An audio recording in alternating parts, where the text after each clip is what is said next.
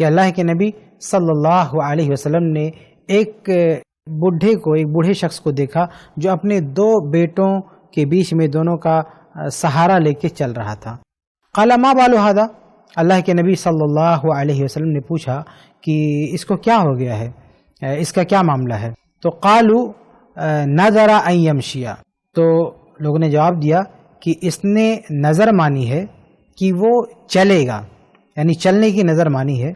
قال، تو اللہ کے نبی صلی اللہ علیہ وسلم نے کہا کہ ان اللہ ان تعذیب ھذا نفسہ لغنی، کہ یہ اگر اپنے آپ کو عذاب دیتا ہے، تکلیف دیتا ہے، تو اللہ تعالیٰ کو اس کی ضرورت نہیں ہے، اللہ تعالیٰ تو ان چیزوں سے بے نیاز ہے، کیوں اپنے آپ کو تکلیف دے رہا ہے؟ وَأَمَرَهُ أَن يَرْكَبَ، اور اسے حکم دیا کہ وہ سواری اختیار کر لے۔ تو ایسی اور بھی بہت ساری روایات ہیں کہ جہاں بھی اللہ کے نبی صلی اللہ علیہ وسلم نے ایسے لوگوں کو دیکھا جو اپنے آپ کو اذیت میں ڈال رہے ہیں اور اس کو عبادت سمجھ رہے ہیں، یعنی عبادت کے ایسے طریقے کو اپنا رہے ہیں جو اذیت ناک ہے، تو اللہ کے نبی صلی اللہ علیہ وسلم نے وہاں پہ یہ رہنمائی کی کہ یہ مناسب نہیں ہے۔ تو یہ ذہن میں رکھیں کہ اسلام بالکل ہی نہیں سکھاتا کہ آپ اپنے آپ کو تکلیف میں ڈالیں، یہ ایک چیز ہے۔ دوسری بات یہ جو آپ نے شہاب صاحب کو مینشن کر کے خاص ان کا نام لے کے یہ ذکر کیا ہے کہ ان کا کیا معاملہ ہے، تو دیکھیں یہاں پر 2 باتیں پوچھی جا رہی ہیں، بہت سارے سوالات ہمارے پاس ہیں۔ ایک تو یہ کہ ان کی نیت کیا ہے، کیا یہ شہرت چاہتے ہیں، اور دوسرا یہ کہ کیا ان کا حج ہوگا کہ نہیں ہوگا۔ تو دیکھیے جہاں تک حج ہونے کی بات ہے تو اگر یہ پیدل ہی جاتے ہیں اور حج کرتے ہیں تو حج ہو جائے گا۔ مجھے نہیں لگتا کہ کوئی بھی شخص یہ کہہ سکتا ہے کہ ان کا حج نہیں ہوگا، بلکہ اس طریقے پر حج کرنے کو جو لوگ حرام قرار دے رہے ہیں یا بدعت قرار دے رہے ہیں، یہ بھی غلط بات ہے۔ دیکھیں یہاں پر یہ کہا جا سکتا ہے کہ یہ مناسب نہیں ہے کہ آج سواریاں ہیں، اللہ تعالیٰ نے یہ نعمتیں دی ہیں تو ان نعمتوں کا استعمال کرنا چاہیے، اور خواہ مخواہ 1 سال پیدل چل کے اور اتنا وقت بھی اس میں جائے گا اور اتنے پیسے جائیں گے اور اتنی پریشانیاں ہوں گی، تو اگر اللہ تعالیٰ نے پیسہ دیا ہے تو وہ استعمال کر کے اگر آدمی پہنچ جاتا ہے تو یہ بہتر ہے۔ لیکن اگر ایک آدمی یہ راستہ اختیار کرتا ہے جو کہ تکلیف دہ ہے، بہت لمبا راستہ ہے، تو یہ نہیں کہہ سکتے کہ یہ حرام ہے، ناجائز ہے، اس کی وجہ سے اس کا حج ہی نہیں ہو گیا، حج اس کا باطل ہو گیا، یہ ہم نہیں کہہ سکتے ہیں، ٹھیک ہے۔ خاص طور سے ایسا آدمی جو کہ نوجوان ہے، چل سکتا ہے، جا سکتا ہے، نہیں اس کو تکلیف تو ہوگی لیکن وہ وہاں تک پہنچ سکتا ہے، چل سکتا ہے، وہ سفر طے کر سکتا ہے، تو ہم اس کو حرام اور ناجائز نہیں کہیں گے۔ ہاں یہ ضرور کہیں گے کہ یہ بہتر نہیں ہے، یہ مناسب نہیں ہے، بہتر یہی ہے کہ آدمی سواری اختیار کرے، اللہ تعالیٰ نے جو نعمتیں دی ہیں ان کا استعمال کرے، خواہ مخواہ اپنے آپ کو مشقت میں نہ ڈالے۔ اور دیکھیے اصل مقصود کیا ہونا چاہیے، ہمارا اصل ٹارگٹ، اصل گول یہ ہونا چاہیے عبادت کو انجام دینا یا عبادت کا جو مطلوبہ ثواب ہے اس کو حاصل کرنا۔ تو اب اگر کسی بھی عبادت کو انجام دینے کے 2 راستے ہوں، ایک راستہ بہت ہی آسان ہو تو آسان راستے کو اپنانا چاہیے، نہ کہ مشکل راستے کو اپنانا چاہیے، کیونکہ ہمارا مقصد راستوں پر چلنا نہیں ہے، راستہ یہ فی نفس سے ہمارا مقصود نہیں ہے، یہ ہمارا گول نہیں ہے، ہمارا ٹارگٹ نہیں ہے، گول نہیں ہے۔ اصل چیز ہے عبادت انجام دینا، یہ اصل بات ہے۔ یہ اصل بات نہیں ہے کہ کس راستے سے جا رہا ہے، سواری سے جا رہا ہے کہ پیدل جا رہا ہے، یہ اصل بات نہیں ہے۔ یہ تو جو ہم کہتے ہیں نا سواری بہتر ہے، تو اس اعتبار سے کہتے ہیں کہ اس کا وقت بچ جاتا ہے، اس کا پیسہ بھی بچ جائے گا، بہت ساری مصیبتوں اور خطرات سے بھی وہ محفوظ رہے گا، ورنہ اصل چیز عبادت ہے۔ تو جس طریقے سے بھی عبادت کو آدمی انجام دے سکتا ہے، جو راستہ اس کے لیے آسان ثابت ہو سکتا ہے، اسی راستے کو اپنانا چاہیے، یہی عقل مندی ہے۔ تو راستے کو اصل مقصود نہیں بنانا چاہیے، اصل مقصود منزل ہے، یعنی منزل پہ پہنچ کے عبادت انجام دینی ہے، اس کا کیا طریقہ ہے اور اس پہ کتنا ثواب ملنے والا ہے، اس کی فکر ہونی چاہیے، نہ یہ کہ ہم اس چیز کو کیسے کریں۔ دیکھیں ہمارے یہاں نماز کے بعد، دیکھیں فرض نمازوں کے بعد بہت سارے لوگ ایسے ہاتھ اٹھا کے بیٹھ جاتے ہیں دعا کرنے کے لیے، حالانکہ اللہ کے نبی صلی اللہ علیہ وسلم نے فرض نماز کے بعد اذکار بتائے ہیں، اللہ اکبر، استغفر اللہ، استغفر اللہ، استغفر اللہ، اور بہت سارے اذکار ہیں۔ اب اگر ہم کسی کو بتانے جاتے ہیں کہ نماز کے بعد یہ پڑھنا زیادہ ثواب ہے، یہ بہتر ہے، تو آدمی کہتا ہے کیا وہ غلط ہے، کیا اس کی کوئی گنجائش نہیں ہے، اس کے پیچھے پڑ جاتا ہے۔ تو یہ غلط بات ہے کہ آپ کسی عبادت کے طریقے کے پیچھے پڑ جائیں یا کسی خاص وقت کو لے کر بیٹھ جائیں اور یہ بات نظر سے اوجھل ہو جائے کہ ہمارا مقصد ثواب حاصل کرنا ہے۔ تو ہر شخص کو چاہیے کہ وہ عبادتوں کے پیچھے ثواب پر دھیان دے، کہ عبادت کو سنت کے مطابق کرنا ہے اور اس کے پیچھے جو ثواب ملنے والا ہے وہ ہم کو مل سکتا ہے کہ نہیں مل سکتا ہے، اور کیا کرنے سے کتنا ثواب بڑھ سکتا ہے، کتنا گھٹ سکتا ہے، اس پر توجہ ہونی چاہیے، نہ یہ کہ اس کے طریقوں پر آدمی زیادہ دھیان دے۔ تو خلاصہ یہ کہ یہ جو آپ نے سوال کیا ہے، یہاں پہ ہم یہ تو نہیں کہہ سکتے کہ ان کا حج نہیں ہوگا، البتہ یہ ضرور کہیں گے کہ ایسا نہیں کرنا چاہیے، یعنی اپنے آپ کو جو ہے اس تکلیف میں مبتلا نہیں کرنا چاہیے. لیکن یاد رہے کہ ہم اس کو حرام نہیں کہہ رہے ہیں, ہم اس کو ناجائز نہیں کہہ رہے ہیں, ہم اس کو بدعت نہیں کہہ رہے ہیں, ہم یہ ہرگز نہیں کہہ رہے ہیں کہ ایسا کر کے اگر انہوں نے حج کیا تو ان کا حج ادا نہیں ہوگا. ایسا ہم نہیں کہہ سکتے, اور نہ ہی 1400 سالہ دور میں کسی ایک بھی عالم نے اس طریقے کو باطل کہا ہے, غلط کہا ہے. کسی نے یہ نہیں کہا ہے کہ اس طریقے سے حج ادا نہیں ہوگا. اور ہر زمانے میں, ہر دور میں آپ دیکھیں گے تو حج کرنے کے لیے جو لوگ آتے تھے ان کے سامنے دو طریقے ہوتے تھے. کچھ لوگ سواری کر کے آتے تھے اور کچھ لوگ پیدل آتے تھے. تو ہر دور میں اس کی کوئی نہ کوئی شکل رہی ہے. اور بعض علماء نے, اب اندر جا کے فقہی کتابوں میں پڑھیں گے تو بعض علماء نے تو بعض علماء کے حق میں یہ بھی کہہ دیا کہ یہ پیدل آتا ہے تو افضل ہے. ہم اس کی تائید نہیں کرتے, لیکن یہاں تک لوگوں نے بات کی ہے. لیکن کسی نے غلط نہیں کہا, مطلب کسی نے اس کو حرام نہیں کہا, کسی نے بدعت نہیں کہا کہ اگر کوئی پیدل حج کرنے جاتا ہے تو یہ حرام ہے, ناجائز ہے, بدعت ہے, ایسا کر ہی نہیں سکتا. مجھے اپنے مطالعے کی حد تک, میں نے کافی سرچ کیا ہے, کتابوں کو الٹ پلٹ کر دیکھا ہے کہ علماء نے اس کے بارے میں کیا کہا ہے, کیا فتویٰ دیا ہے, لیکن کسی بھی کتاب میں کسی بھی عالم کا کوئی ایک بھی قول ہم کو نہیں ملا جس میں یہ کہا گیا ہو کہ یہ غلط ہے, یہ حرام ہے, ناجائز ہے. یعنی غلط مطلب حرام کے معنی میں کہ حرام ہو یا بدعت ہو. یہ جو لوگ اس کو بدعت یا حرام ڈائریکٹ کہتے ہیں, وہ اصل میں اللہ کے نبی صلی اللہ علیہ وسلم کے کچھ احادیث کو پڑھ کے اور احادیث کو پیش کر کے ڈائریکٹ فتویٰ لگا دیتے ہیں کہ یہ حرام و ناجائز ہے. حالانکہ وہ حدیثیں ہمارے اسلاف بھی پڑھتے رہے, صحابہ تابعین بھی پڑھتے رہے, ہمارے علماء کے سامنے بھی وہ حدیثیں رہی ہیں, لیکن انہی احادیث کو پڑھ کر ہماری کسی بھی عالم نے اس طریقے کو غلط نہیں کہا ہے, ناجائز اور حرام نہیں کہا ہے. ہاں یہ بات ہے کہ اس کی حوصلہ شکنی ہونی چاہیے کہ ایسا آدمی نہ کرے, لیکن یہ کہ ایسا کوئی کرے گا تو حرام ہو گیا یا بدعت ہے یا اس کا حج ادا نہیں ہوگا, تو ایسی کوئی بات نہیں ہے. اور بھائی صاحب نے خاص طور سے جو نیت کی بات کی نا, کہ ان کی نیت کیا ہے, مشہور ہونے کی یا کیا وہ چاہتے ہیں, تو بھائی نیتوں کا حال اللہ تعالیٰ جانتا ہے. ہم یہ نہیں فیصلہ کر سکتے کہ کسی کے اندر کیا چیز چھپی ہوئی ہے. کوئی آدمی کوئی کام کس نیت سے کر رہا ہے, کس ارادے سے کر رہا ہے, ہمیں نہیں پتا. ہو سکتا ہے ان کی سمجھ میں یہ آیا ہو کہ ایسا کرنا بہتر ہوگا, یا ان کو لگا ہو کہ چلو پیدل ہی چلتے ہیں, دیکھتے ہیں پوری دنیا گھومتے ہوئے جاتے ہیں, حج کرنے جاتے ہیں, یا اللہ عالم کیا ان کے ذہن میں ہے, وہ کیا چاہتے ہیں وہ اللہ ہی بہتر جانتا ہے. ہم یہ تو الزام نہیں لگا سکتے اپنی طرف سے کہ وہ شہرت چاہتے ہیں, مشہور ہونا چاہتے ہیں. اور بائی ڈیفالٹ ہر مسلمان کو اپنے مسلمان بھائی کے ساتھ حسن ظن رکھنا چاہیے, اچھا گمان رکھنا چاہیے. اللہ کہ آدمی کے سامنے قرائن بہت زیادہ واضح ہوں, کلیئر ہوں, اور بہت کوئی اہم مسئلہ ہو, فیصلہ دینا بہت ضروری ہو تو الگ بات ہے.